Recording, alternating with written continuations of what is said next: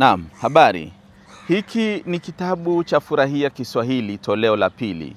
Ni kitabu maalum cha kufundisha Kiswahili kwa wageni ama Kiswahili kama lugha ya kigeni.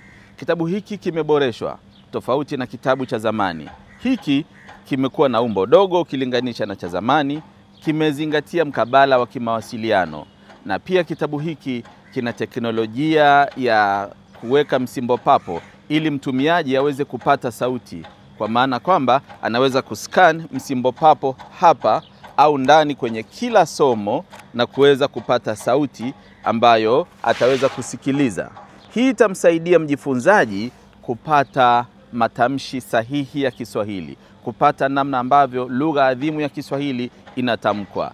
Pia kitabu hiki kina picha za rangi nzuri za kuvutia katika kila somo. Kina mazoezi ambayo mjifunzaji anaweza kufanya na kupima umahiri wake wa lugha. Ufafanuzi umetolewa hasa kwenye sarufi kwa lugha ya Kiingereza kidogo na sehemu kubwa ni Kiswahili. Karibu utumie kitabu bora chenye teknolojia mpya kujifunza Kiswahili.